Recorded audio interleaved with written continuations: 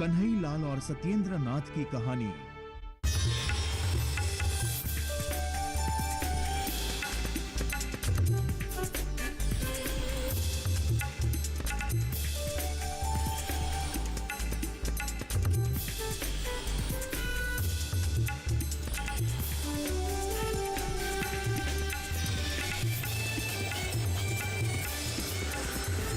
पीढ़ी के साथ बदलते भारत की शान।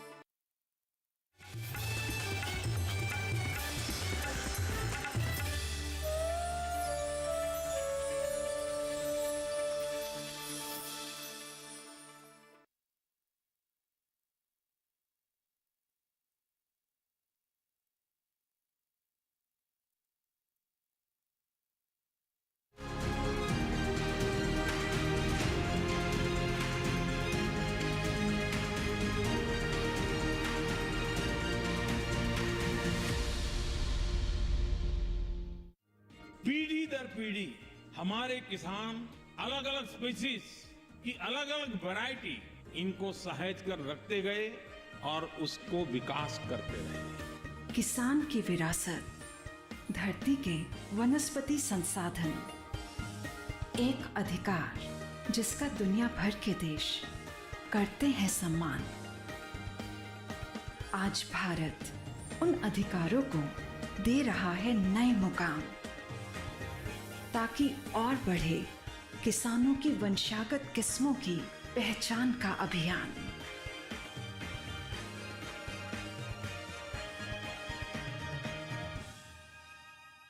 नमस्कार, स्वागत है आपका कृषि दर्शन में। आपके साथ मैं हूं अंजू सिंह। कृषि दर्शन आप किसान भाई बहनों के लिए एक ऐसा कार्यक्रम है जिसके माध्यम से हम आप तक पहुंचाते हैं कृषि जगत की तमाम नई नई जानकारियां, ताकि इन जानकारियों का आप उचित इस्तेमाल कर अपनी आय में वृद्धि कर सकें।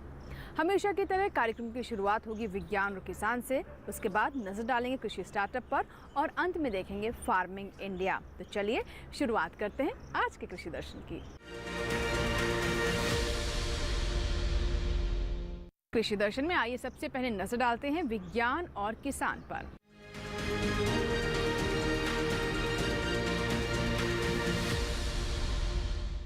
विज्ञान और किसान में आज हम आपको बताएंगे वर्मी कंपोस्ट के बारे में, जिसे हम केचुआ खाद के नाम से जानते हैं। जी हाँ, मिट्टी की उर्वरा शक्ति को बढ़ाने में इसकी बहुत महत्वपूर्ण भूमिका है, लेकिन कैसे इसे तैयार किया जा सकता है ये जानने के लिए विशेषज्ञों की सलाह पर भी गौर करना महत्वपूर्ण है। तो आइए जानते हैं कैसे हमारे किसान तैयार कर सकते हैं वर्मी कंपोस्ट।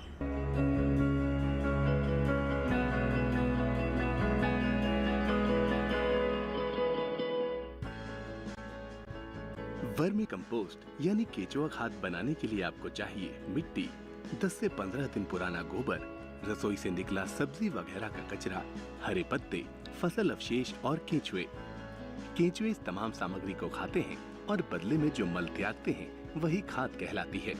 मिट्टी में 16 तरह के पोषक तत्व पाए जाते हैं। यही पोषक तत्व फसल उत्पादन में हमारी मदद करते हैं। इनमें से किसी भी तत्व की कमी होने पर किसान रासायनिक खाद का इस्तेमाल करते हैं, जबकि अच्छी क्वालिटी के वर्मी कंपोस्ट में सभी 16 तरह के पोषक तत्व मौजूद रहते हैं। यही वजह है कि वर्मी कंपोस्ट मिट्टी की भौतिक संरचना सुधारकर मिट्टी को प्राकृतिक रूप से उपजाऊ बनाता है। इसके अलावा मिट्टी की जल धारण क्षमता में भी इजाफा करता है और पौधों की जड़ों के पनपने के लिए सही वातावरण तैयार करता है। किसान अगर जैविक खाद और रासायनिक उर्वरकों का सही अनुपात में इस्तेमाल करेंगे तो ज्यादा मुनाफा कमा सकेंगे। वर्मी कंपोस्ट गड्ढों में तैयार किया जाता है। अगर गड्ढा 13 फुट लंबा, 3 फुट चौड़ा और 1 फुट गहरा है तो उससे 9 से 15 क्विंटल तक केचुआ खाद हासिल की जा सकती है, वो भी सिर्फ 60 से 70 दिनों में। केचुआ खाद बनाने के लिए आपको छायादार जगह की जरूरत होगी। ऐसी जगह जो बाकी जमीन से थोड़ी ऊंची हो, ताकि बरसात का पानी इकट्ठा न हो सके। रोशनी जितनी कम होगी, केचुए उतने ज्यादा सक्रिय रहेंगे। अगर आप कारोबार के लिए केचुआ खाद बना रहे हैं तो फिर शेड तैयार करना बेहतर रहेगा। इन्हीं शेड में वर्मी कंपोस्ट का बेड तैयार किया जाएगा। बेड की गहराई 30 से 60 सेंटीमीटर, चौड़ाई 1.5 मीटर और लंबाई सुविधा अनुसार रखें। गहराई इसीलिए कम रखी जाती है ताकि उसमें गर्मी पैदा न हो और केंचुओं को नुकसान न पहुंचे। व्यावसायिक वर्मी कंपोस्ट के लिए आसपास पशुपालन का होना जरूरी है। ताकि गोबर आसानी से उपलब्ध हो सके। गड्ढे के फर्श को मजबूत कर लें, इतना मजबूत कि केंचुए जमीन में दाखिल ना हो सके। याद रहे, फर्श को पक्का नहीं करना है।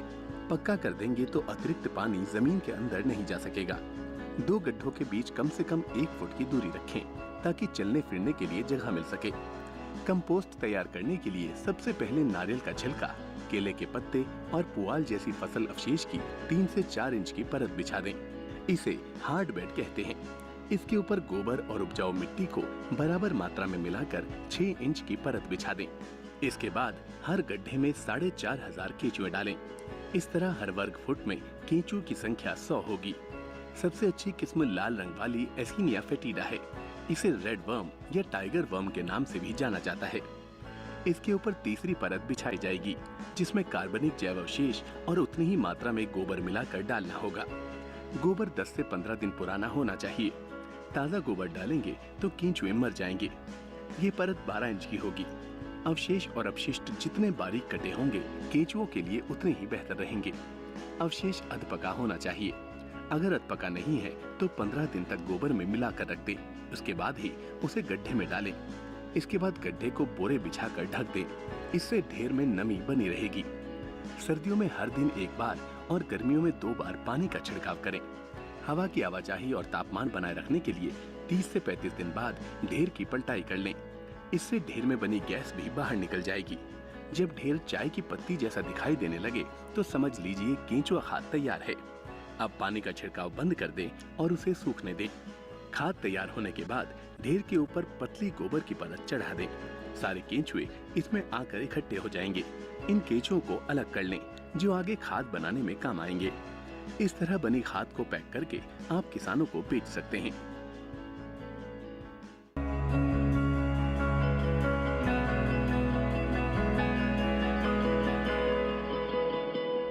इसी के साथ ही कृषि दर्शन में यहाँ वक्त एक छोटे से ब्रेक का, कहीं मत जाइएगा, देखते रहें कृषि दर्शन। ब्रेक के बाद जब वापस आएंगे तो बात करेंगे कृषि स्टार्टअप की।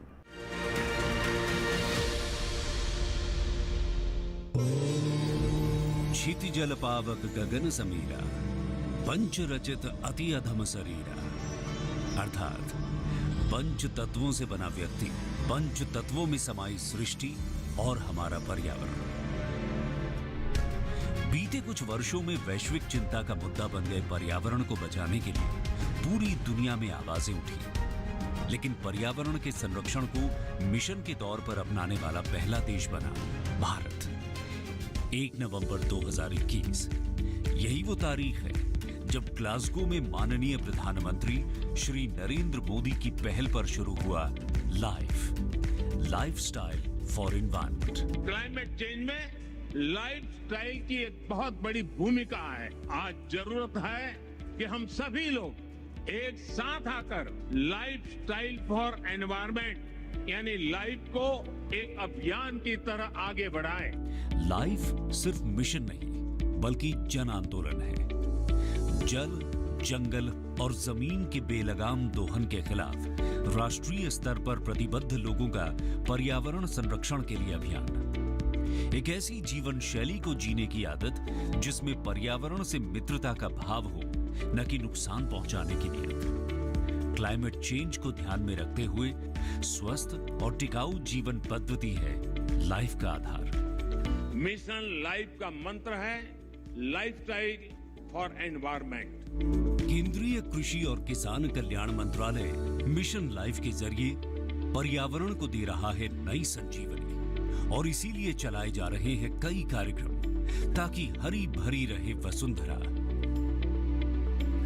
मिट्टी की उर्वरता को पोषण के हिसाब से बरकरार रखना, कृषि में ड्रोन एप्लीकेशन के इस्तेमाल के फायदे और इसके तरीके का प्रदर्शन, जलवायु के हिसाब से फसल, बीज और विविधता यानी स्मार्ट एग्रीकल्चर को बढ़ावा, रेन वाटर हार्वेस्टिंग, वर्षा जल संचयन को लेकर जागरूकता, बायोगैस और कंपोस्ट यानी वेस्ट से वेल्थ, कबाड़ से समृद्धि के उपाय, टिकाऊ पैदावार और खपत के तरीके।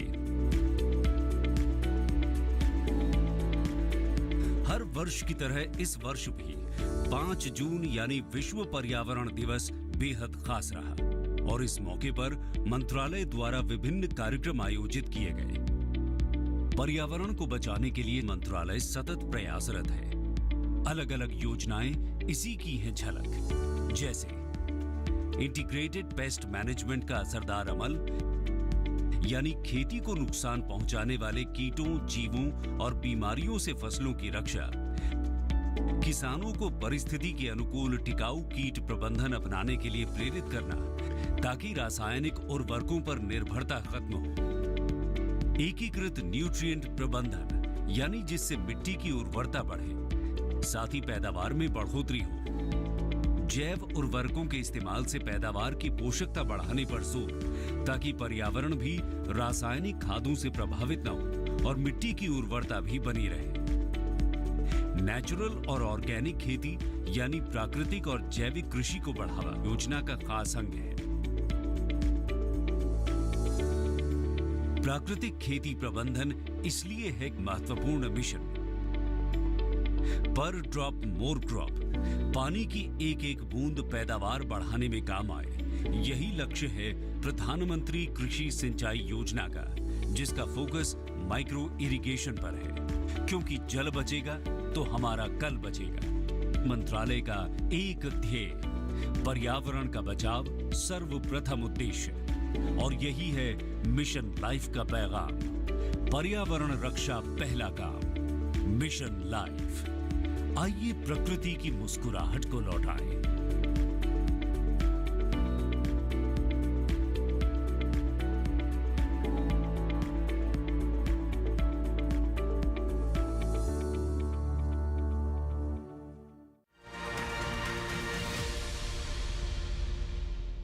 ब्रेक के बाद एक बार फिर आपका स्वागत है। आप देख रहे हैं कृषि दर्शन।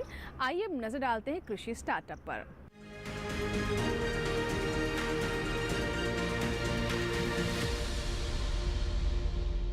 कृषि स्टार्टअप में हम आपकी मुलाकात करवाते हैं उन किसानों से जिन्होंने कृषि जगत में अपनी पहचान बनाई है। ये वो किसान हैं जिन्होंने चुनौतियों के सामने झुकना नहीं सीखा। जी हाँ, कहते हैं कि अगर इरादे मजबूत हो तो कोई भी चुनौती आपका रास्ता नहीं रोक सकती। ऐसे ही किसानों की कहानी हम आप तक पहुँचाते हैं कृषि स्टार्टअप में। तो आइए देखते हैं आज के सफल किसान की कहानी कृषि स्टार्टअप में।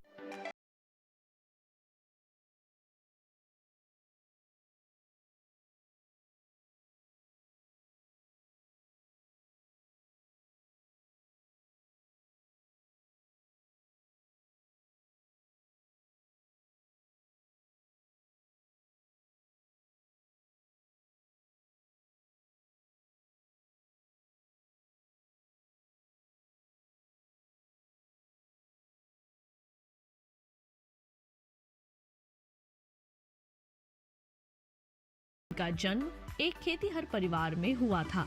आर्थिक स्थिति ठीक नहीं होने के कारण पढ़ाई के साथ साथ वे अपने पिता को खेती में मदद करते थे। वे अपने पिता और अन्य किसानों को खेती में काफी मेहनत करते देखते थे और सोचते थे कि इतनी मदद करने के बावजूद इन्हें कुछ हासिल नहीं होता है। खेतों में सबको मेहनत करते देख रमेश चौहान ने सोचा कि वे कृषि के क्षेत्र में कुछ नया कर दिखाएंगे। उन्होंने खेती के गुण अपने पिता से सीखा था। इसी बीच रमेश चौहान कृषि विज्ञान केंद्र के संपर्क में आए। यहाँ आकर खेती की बारीकियों को समझा। वे अपने पिता के साथ गन्ना, गेहूं, मटर, अरहर की खेती करने लगे। खेती के शुरुआती दौर में ही रमेश चौहान ने पाया कि इस तरह से परंपरागत खेती से कुछ हासिल नहीं होने वाला। उनका मानना था कि परंपरागत ढंग से खेती में सीमित ना रहें, बल्कि वे वैज्ञानिक ढंग से खेती करना चाहते थे। साथ ही रमेश संरक्षित खेती भी करना चाहते थे।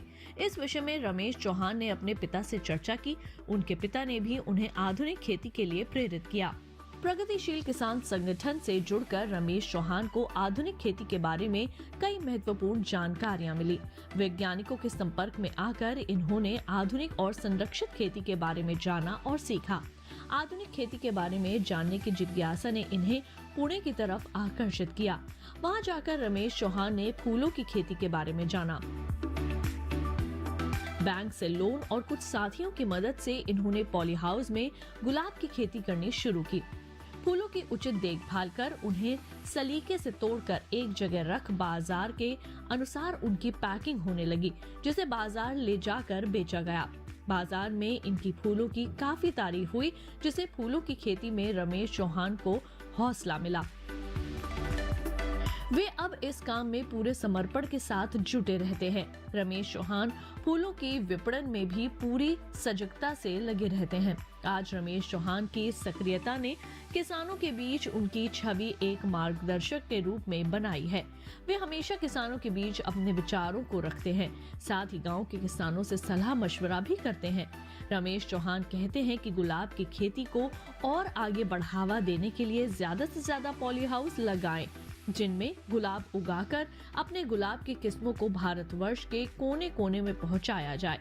रमेश चौहान को खेती में उनके इस योगदान के लिए अनेक स्तरों पर सम्मान भी मिल चुके हैं। तो ये था हमारा आज का कृषि स्टार्टअप, जिसमें हमने आपको दिखाई आज के सफल किसान की कहानी। आशा करते हैं कि उनके जीवन से आप भी कुछ न कुछ सीख जरूर लेंगे। इसी के साथ यहाँ वक्त एक छोटे से ब्रेक का, लेकिन ब्रेक के बाद जब वापस आएंगे तो बात करेंगे फार्मिंग इंडिया की। कहीं मत जाइएगा, देखते रहें कृषि दर्शन।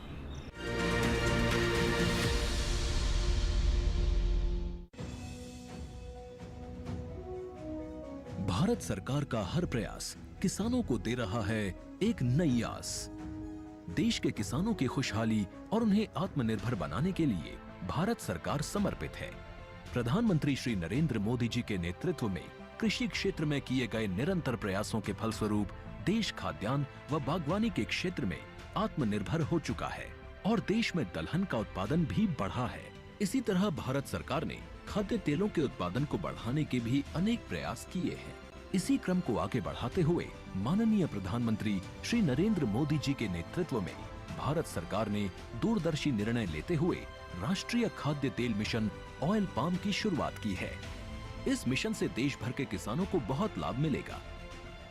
कृषि के पूंजी निवेश में वृद्धि होगी, खाद्य तेल आयात पर देश की निर्भरता कम होगी और रोजगार के नए अवसर पैदा होंगे। खाने के तेल में आत्मनिर्भरता के लिए अब राष्ट्रीय खाद्य तेल मिशन ऑयल पाम का संकल्प लिया गया है। इससे किसानों को तो सीधा लाभ होगा ही, गरीब और मध्यम वर्ग के परिवारों को सस्ता और अच्छी क्वालिटी का तेल भी मिलेगा। यही नहीं, ये मिशन बड़े स्तर पर रोजगार का निर्माण करेगा। इस मिशन के अंतर्गत ऑयल पाम का रकबा और पैदावार बढ़ाने पर जोर देने के लिए सरकार ने 11,000 करोड़ रुपए से अधिक की सहायता राशि निर्धारित की है। मिशन के तहत सरकार ने ऑयल पाम की खेती के लिए रोपण आदि की सहायता में बढ़ोतरी करते हुए पहले मिलने वाले 12,000 रुपए प्रति हेक्टेयर को बढ़ाकर 29,000 रुपए प्रति हेक्टेयर तक कर दिया है। ऑयल पाम के पुराने बागों के पुनरुद्धार के लिए 250 रुपए प्रति पौधा के हिसाब से विशेष सहायता दी जा रही है। पौधारोपण सामग्री की कमी दूर करने और बीजों की पैदावार करने वाले बागों को भी सहायता दी जाएगी। इसके तहत 15 हेक्टेयर ऑयल पाम उद्यान के लिए 80 लाख रुपए तक की सहायता राशि दी जाएगी। इसके अलावा नर्सरी विकास के लिए 40 लाख रुपए तक तय किए गए हैं। पूर्वोत्तर और अंडमान राज्यों के लिए विशेष सहायता का भी प्रावधान है। ऑयल पाम के किसान ताजे फलों के गुच्छे यानी FFB का उत्पादन करते हैं, जिनकी वर्तमान में कीमतें अंतर्राष्ट्रीय मूल्यों में उतार चढ़ाव के आधार पर तय होती हैं। पहली बार केंद्र सरकार ताजे फलों के गुच्छे की कीमत के लिए किसानों को आश्वासन दे रही है। ये व्यवहार्यता मूल्य यानी VP कहलाएगा, यानी किसानों को कोई घाटा नहीं होने दिया जाएगा। व्यवहार्यता मूल्य VP तय करने की शुरुआत 1 नवंबर से होगी और अगले वर्ष 31 अक्टूबर तक जारी रहेगी। इसे ऑयल पाम वर्ष कहा जाएगा। इस योजना के तहत वर्ष 2025-26 तक ऑयल पाम का रकबा 6.5 लाख हेक्टेयर सृजित करने और कच्चे ऑयल पाम की पैदावार वर्ष 2025-26 तक 11.20 लाख टन पहुंचाने का लक्ष्य निर्धारित किया गया है। सरकार के इस महत्वपूर्ण निर्णय से देश में ऑयल पाम की खेती करने वाले किसानों में विश्वास पैदा होगा और वे खेती का रकबा बढ़ाएंगे। इस तरह पाम ऑयल का उत्पादन भी बढ़ेगा, जिससे किसानों की आय बढ़ेगी और ग्रामीण अर्थव्यवस्था भी सुदृढ़ होगी।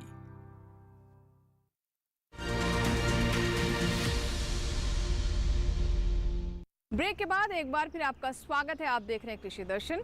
आइए अब नजर डालते हैं फार्मिंग इंडिया पर। फार्मिंग इंडिया सेगमेंट में हम आपको सरकार की उन योजनाओं के बारे में विस्तार से जानकारी देते हैं जो कि किसानों के हित में है। तो आइए जानते हैं फार्मिंग इंडिया में आज किन योजनाओं के बारे में हम आपको जानकारी दे रहे हैं।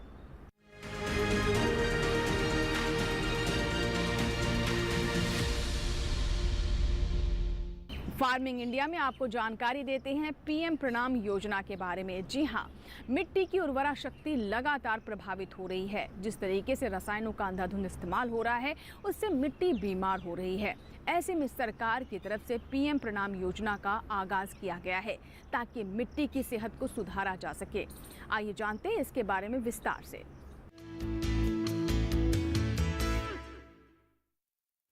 धरती माता ने हमें भरपूर मात्रा में जीविका के साधन दिए हैं। इस बात की महत्ता को समझते हुए और धरती माता की उर्वरता बढ़ाने व उसे पोषण प्रदान करने के उद्देश्य से सरकार ने पीएम प्रणाम योजना की शुरुआत की है। पीएम प्रणाम यानी धरती माता की उर्वरता की बहाली, जागरूकता, पोषण और सुधार हेतु प्रधानमंत्री कार्यक्रम। वैकल्पिक और रासायनिक उर्वरकों के संतुलित उपयोग को बढ़ावा देने और राज्यों को प्रोत्साहित करने के लिए इस योजना को शुरू करने की बात बजट में कही गई थी। योजना का उद्देश्य राज्यों में रासायनिक उर्वरकों के उपयोग को कम करना है। बता दें कि प्रधानमंत्री श्री नरेंद्र मोदी की अध्यक्षता में आर्थिक मामलों की मंत्रिमंडलीय समिति यानी CCEA ने 3,70,128 करोड़ 70 लाख रुपए के कुल परिव्यय के साथ किसानों के लिए नई योजनाओं के एक विशेष पैकेज को मंजूरी दी है। ये योजना एक टिकाऊ खेती को बढ़ावा देकर किसानों के कल्याण और उनकी आर्थिक बेहतरी के लिए है। सरकार की ये पहल किसानों की आय बढ़ाएगी, प्राकृतिक व जैविक खेती को मजबूती देगी, साथ ही मिट्टी की उत्पादकता को भी दोबारा से बहाल करेगी। इसके साथ ही इससे खाद्य सुरक्षा भी सुनिश्चित होगी। CCEA ने यूरिया सब्सिडी योजना को जारी रखने की मंजूरी भी दी है। इससे किसानों को करों और नीम कोटिंग शुल्कों को छोड़कर 242 रुपए प्रति 45 किलोग्राम की बोरी की समान कीमत पर यूरिया की उपलब्धता सुनिश्चित की जाएगी। पैकेज में 3 सालों यानी 2022-23 से 2024-25 के लिए यूरिया सब्सिडी को लेकर 3,68,676 करोड़ 70 लाख रुपए आवंटित करने की बात भी है। ये पैकेज हाल ही में अनुमोदित 2023-24 के खरीफ मौसम के लिए 38,000 करोड़ रुपए की पोषक तत्व आधारित सब्सिडी के अतिरिक्त है। किसानों को यूरिया की खरीद के लिए अतिरिक्त खर्च करने की जरूरत नहीं होगी और इससे उनकी इनपुट लागत को कम करने में भी मदद मिलेगी। इस समय नीम कोटिंग शुल्क और लागू करों को छोड़कर यूरिया की MRP 242 रुपए प्रति 45 किलो यूरिया की बोरी है, जबकि बैग की वास्तविक कीमत लगभग 2,200 रुपए है।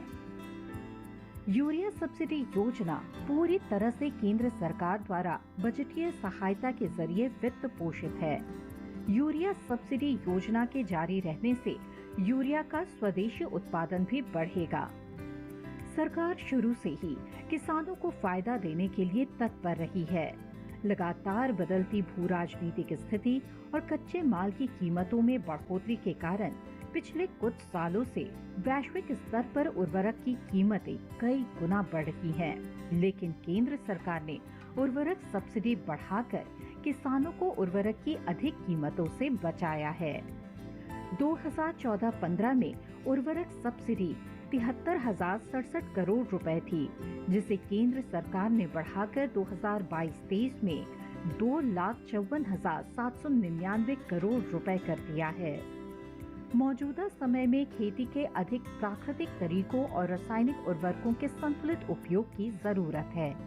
ऐसे में पीएम प्रणाम योजना धरती की सेहत के लिए काफी लाभकारी साबित होगी। सरकार द्वारा अनुमोदित इन सभी योजनाओं से किसानों की खेती की लागत भी कम होगी। अनंत असीम प्रकृति और उसमें निहित जीवन के रहस्यों के गूढ़ स्रोत, प्लांट जेनेटिक रिसोर्स। अपनी बायोडायवर्सिटी के संरक्षण और संवर्धन के लिए भारत पूरी तरह संवेदनशील है। वैज्ञानिक दृष्टि और समृद्ध कृषि परंपरा के साथ भारत जैविक विविधता के संरक्षण के लिए प्रतिबद्ध है।